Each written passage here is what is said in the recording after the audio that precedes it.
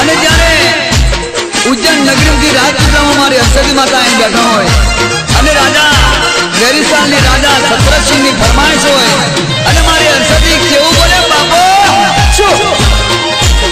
मुझे कर सके बर्बाद ये जहां में दम नहीं मुझे कर सके बर्बाद